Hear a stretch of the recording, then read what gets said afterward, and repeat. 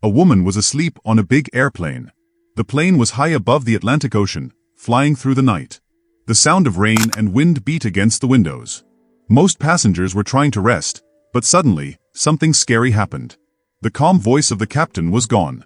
Instead, a shaky, frightened voice came through the loudspeaker. It was the co-pilot. "Is there a fighter pilot on board?" The voice asked in fear. The co-pilot's name was Lucas Monroe. His voice trembled as the huge Boeing 747 shook violently. The plane was trapped in one of the worst storms ever recorded over the North Atlantic. "Ladies and gentlemen," Lucas said, his voice breaking, "we have a serious emergency. Captain Howard is unconscious. I need help immediately. Please, if anyone has experience with combat aviation, please come forward." The passengers gasped. People looked around nervously. In row 23C, a woman named Ariana Cole slowly opened her eyes. She was 34 years old. She had learned to sleep anywhere, on planes, on benches, even in noisy rooms, because in her years in the Air Force, she had often gone days with little rest. She could tell from the sound of the co-pilot's voice that this was not an ordinary problem. This was life or death. She sat up quickly. Across the aisle, a businessman named Charles Whitmore was sitting with his wife. He wore a sharp suit and expensive imported glasses.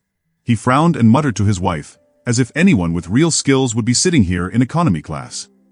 His eyes slid over Ariana. She wore simple jeans, a plain blouse, and had her natural hair tied back in a no-nonsense ponytail. To Charles, she looked like just another ordinary passenger, maybe a secretary or a young mother visiting family. The plane shook hard again, bouncing like a toy in the storm. Rain slammed against the windows, and thunder growled loudly outside. Some passengers screamed. Children cried loudly. Others folded their hands and prayed. A few pulled out their phones and began typing goodbye messages, believing they would never see their families again. The co-pilot's voice returned over the speaker. This time, he sounded desperate, almost broken. "Please. If anyone has military aviation training, identify yourself immediately. We are flying blind through a Category 5 storm. I've never flown through something like this alone." Ariana stayed still for a moment, looking around at the scared passengers. She noticed that no one even glanced at her. Nobody thought she might be the one who could help. To them, she was invisible. To them, she was just a black woman traveling alone, maybe going home from a simple job. Suddenly, Charles Whitmore stood up. He puffed out his chest, eager to look important. "Listen here, kid," he yelled toward the cockpit. "My brother-in-law is a private pilot. I've flown with him dozens of times. I can help." A flight attendant rushed over. Her face was pale, but she spoke firmly. "Sir, we need someone with specific military experience. Civilian flying isn't enough for these conditions." Charles's face turned red with anger. "Are you doubting me?" he snapped. "Do you know how much I paid for my first-class seat? $15,000. I have more experience than anyone here." The flight attendant looked away, unsure what to say. It was then that Ariana stood up quietly. She moved calmly, smoothly, like someone who had been in scary situations many times before. She walked down the aisle toward the cockpit. Passengers stared at her. Some were curious. Some were doubtful. "Excuse me," Ariana said to the flight attendant. Her voice was calm and steady, unlike the panicked voices around her. "Colonel Ariana Cole, United States Air Force. I have 500 hours flying F-22 fighter jets. I am an expert in flying under extreme conditions." The cabin went silent. Everyone froze. Charles Whitmore's mouth dropped open. He couldn't believe it. "You've got to be kidding me," he muttered. But Ariana's eyes were calm and clear. There was no joking in them. She carried herself like someone who had faced worse storms and survived. For the first time, some passengers stopped panicking and started to hope. Charles, however, laughed bitterly. "Colonel? Please. I respect the military, but I am not trusting my life to some fantasy. My wife and I paid a fortune for these seats. We shouldn't have to put our lives in the hands of." He trailed off but looked at Ariana dismissively. A few passengers whispered. An old woman in first class said loudly enough for others to hear, "Is she really a pilot? She looks so young." The whispers hurt, but Ariana had heard words like that before. The cockpit door opened, and the co-pilot Lucas Monroe stepped out. His face was white with terror. "Please," he begged. "Captain Howard is having seizures.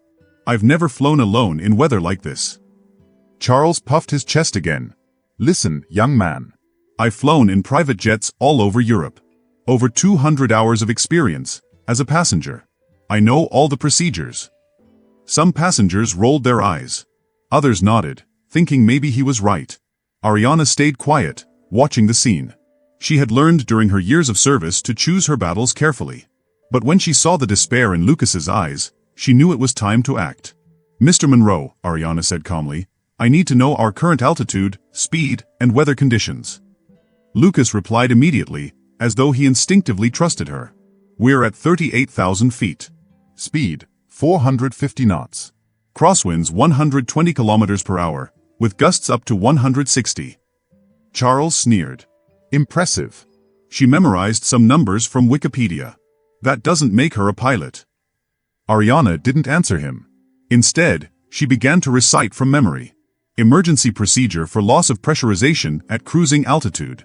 Step 1. Put on oxygen masks immediately. Step 2. Emergency descent to 10,000 feet. Keep the descent angle below 15 degrees to avoid breaking the structure. Step 3. Communicate with air traffic control using code 7700. She continued for 2 whole minutes, listing exact procedures, codes, and safety rules that only a highly trained pilot would know by heart. The cabin grew silent. The only sound was the roar of the storm outside. Lucas stared at her in shock and relief. Ma'am, he said, his voice steadying, the cockpit is yours. Charles, red-faced, wasn't finished. Wait. Anyone can memorize some procedures. I demand to see real credentials before I trust my life to someone like her. She clearly doesn't belong in first class. The words cut deep. Other passengers avoided his eyes. They didn't want to get involved, but they also didn't stop him. Ariana felt the old sting of injustice. Memories flashed through her mind. The first time a white colonel doubted her ability to lead during a combat mission. The time she was passed over for promotion, even though her flight record was the best. The whispers about her only being there because of quotas. She had faced doubt and disrespect her whole career. But she had turned those insults into fuel. Every mission, every test, every time someone underestimated her, she had risen higher. She looked Charles straight in the eyes. Her voice was calm but powerful. Mr. Whitmore, there are 3 kinds of pilots. Those who fly when it's easy. Those who fly when it's hard. And those who fly when it's impossible. The plane suddenly dropped. People screamed and grabbed their seats. Drinks spilled. Children cried louder. But Ariana didn't move. She stood tall, balanced like a rock in the storm. During my career, she continued, I saved 17 aircraft in situations that manuals said were impossible.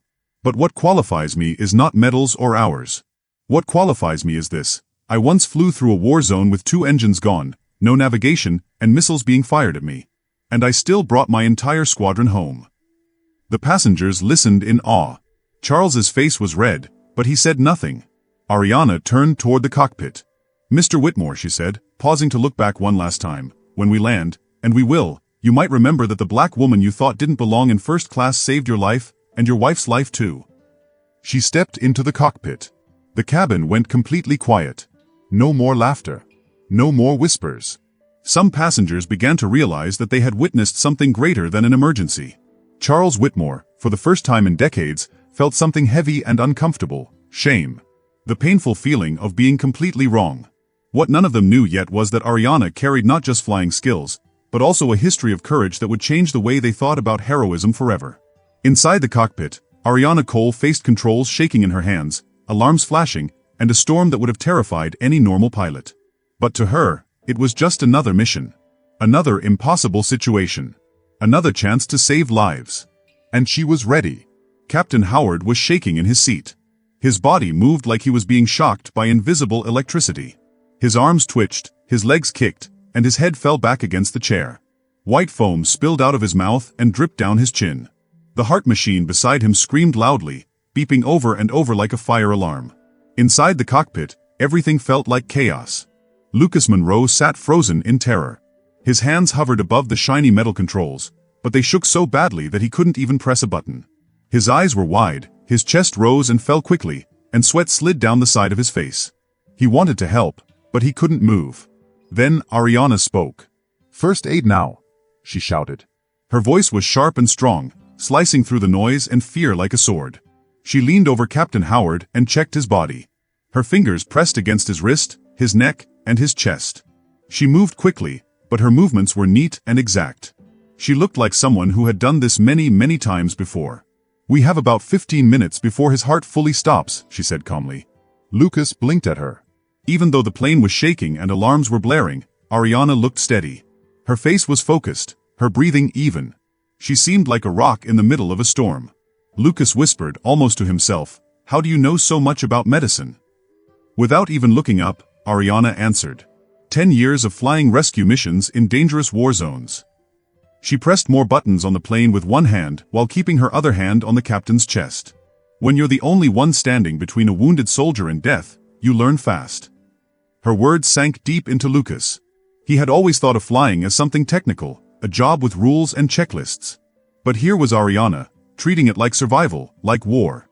Meanwhile, out in the passenger cabin, panic was spreading. Charles Whitmore, a man in a neat suit, had stood up in first class and was talking loudly to anyone who would listen. His voice carried a mix of anger and fear.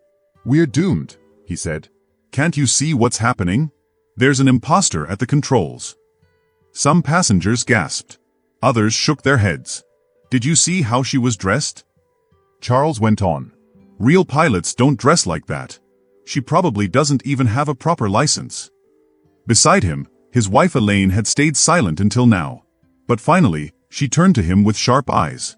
"Charles, stop it. You sound ridiculous." "Ridiculous," he repeated, puffing up his chest.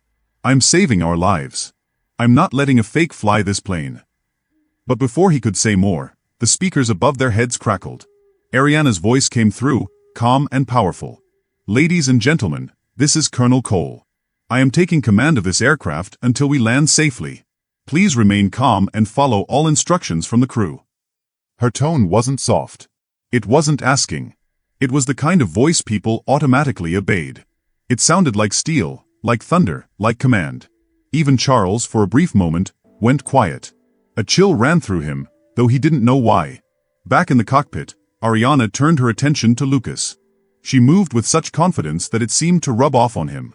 "Lucas," she said, "I need you to watch our fuel and air pressure. Every 30 seconds, tell me the numbers. I'll handle the flying." Lucas nodded. "Yes, ma'am." For the first time since the emergency began, she felt her courage return. Ariana's presence was like a shield around her. Maybe, just maybe, they could survive this. But then Ariana did something that confused her. Instead of following the safe flight paths on the radar, Ariana pulled out a notepad and began scribbling strange numbers. She was plotting a completely new course. She was planning to fly through the storm instead of going around it. "Colonel," Lucas said, his voice nervous, "this breaks all the rules. It's against every protocol." Ariana gave him a small smile, the first since she took command. "Lucas, let me tell you something," she said. "In 2018, I led a rescue mission in Afghanistan. Missiles hit our plane, 2 engines failed, and a sandstorm blinded us. The manual said to give up, to eject. But we had 17 wounded soldiers on board. If we followed the rules, they would have died. So, I threw the manual away and trusted my skills. And do you know what happened? I brought all 17 home alive." She looked at Lucas with eyes that burned with memory. Sometimes, following the rules kills people. Knowing when to break them saves lives. The cockpit door suddenly swung open. Charles Whitmore had forced his way in, convincing a flight attendant to let him through.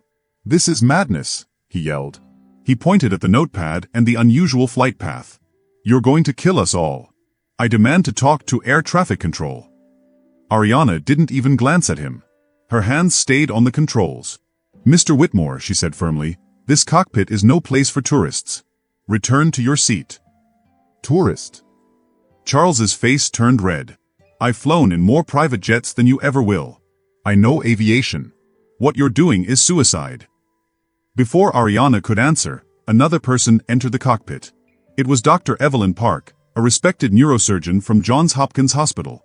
She had been quiet in first class until now, but she walked forward with steady steps. "Colonel Cole," she said, "I'm Dr. Park. I spent years in military hospitals treating pilots with brain injuries. I can help with Captain Howard."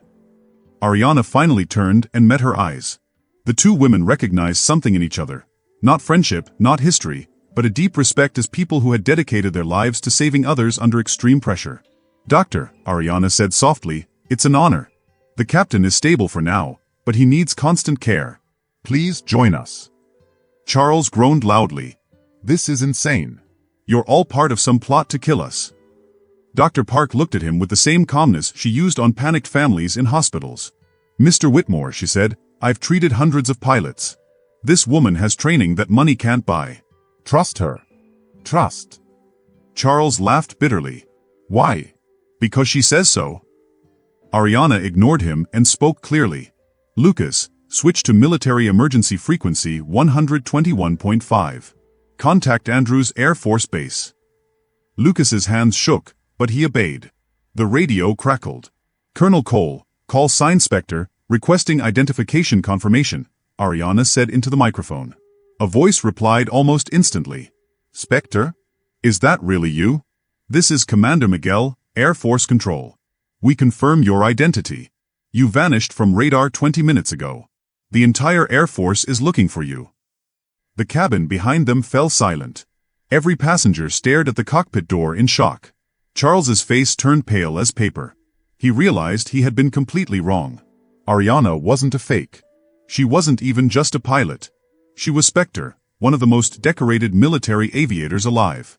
Andrews Base, Ariana continued, her voice calm, we have a medical emergency and are inside a severe storm.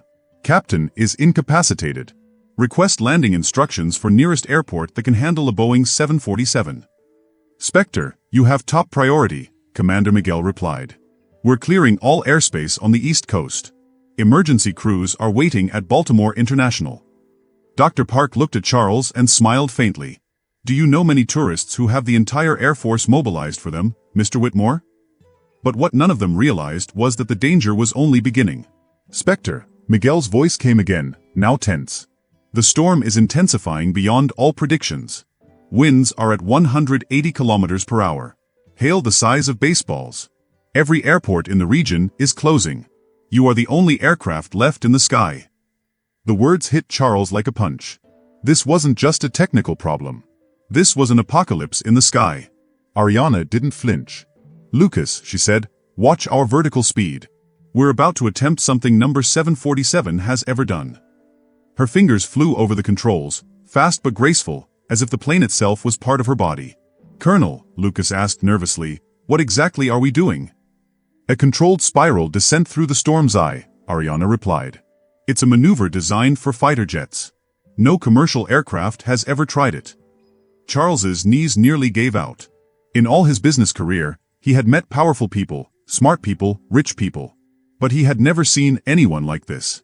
Someone who looked danger in the face and treated it like a puzzle to be solved. Then another voice broke in on the radio. This is General Evelyn Carter, Pentagon Air Operations. Spectre, we confirm you are the same pilot who saved 2 aircraft during Operation Tempest Shield in 2019. Is it true you guided a damaged C-130 through a sandstorm using only a radio? The cockpit went quiet again, the question hanging heavy in the stormy air. Affirmative. Yes, a similar thing happened before. But today the weather is different, Ariana replied. She spoke in a calm and clear voice. But her hands were busy moving the controls.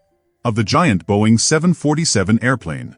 The plane shook and rattled as the storm outside tried to tear it apart. Any other airplane would have been destroyed. But under Ariana's hands, the huge machine did not break, it danced. The plane twisted, slid, and curved. As if it was part of the storm instead of fighting it.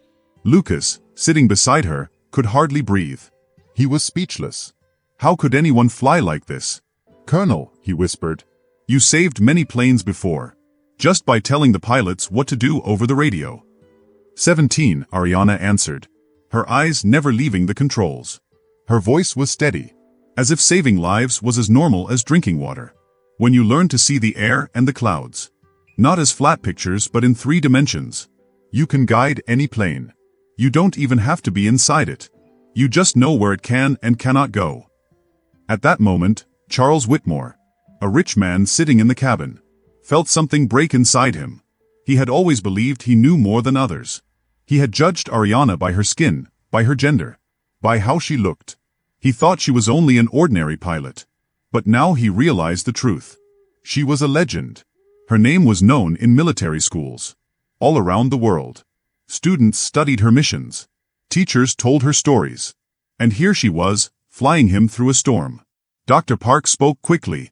"Ariana, watch Captain Howard. What I am about to do will create heavy G-forces. That could be dangerous for his health." "Understood, Colonel," Ariana answered without fear. "His body is stable now, but the G-forces could still hurt him." Then she pressed the radio button. "General Carter," she said, "are all the civilian planes moved away? No one should try to follow us." The answer came back right away. "Spectre," the general said, using her call sign. "You are the only plane flying in America right now. 13 military bases are watching you. And the president himself has been told about your flight." Charles felt dizzy. Like the floor under him was gone. The president of the United States knew about this plane. The one flown by the woman he had tried to insult. "Lucas," Ariana ordered. "You must handle the radio now. I need all my focus on flying down." Charles's face burned red. "Colonel Cole," he said slowly. His voice cracked like broken glass. I must apologize. What I said before was..." "Mr. Whitmore," Ariana cut him off. Her eyes were still on the storm. Her hands steady on the controls. "Your apology can wait. Right now, I have to save his life. And everyone else's." The plane tilted and began to spiral downward. Passengers screamed. But somehow the plane did not fall apart. It was diving fast. Faster than anyone thought possible for such a big plane. But it was also steady. Like a giant eagle gliding through the eye of the storm. Ariana had found something invisible in the clouds. A special air tunnel. A place where the winds went straight down. It was dangerous, but it was also steady enough to bring the plane below the worst of the storm. "My goodness," Lucas gasped.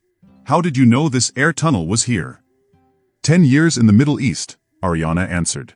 "Flying through sandstorms. Through hurricanes made by explosions. Conditions no normal pilot ever faces. When you survive the impossible again and again, the impossible becomes routine." Another voice came on the radio. "Spectre, this is Commander Miguel. We see your path on radar. This is impossible. How do you keep such a heavy plane steady while dropping 4,000 feet every minute?" "Applied physics," Ariana said simply. "And 17 years of practice." Charles looked out the window. The storm was like a monster around them. Lightning flashed like white fire. The clouds swirled like walls closing in. But the plane moved smoothly, as if guided by unseen hands. "General Carter," Ariana spoke again into the radio. "Give me Dover Air Force Base. We need the longest runway, covered with foam for safety, with ambulances ready." "Spectre, Dover is ready," came the reply. "The main runway is clear. Emergency foam is sprayed. Doctors and ambulances are waiting. You have full control of the skies." Ariana finally allowed herself a tiny smile.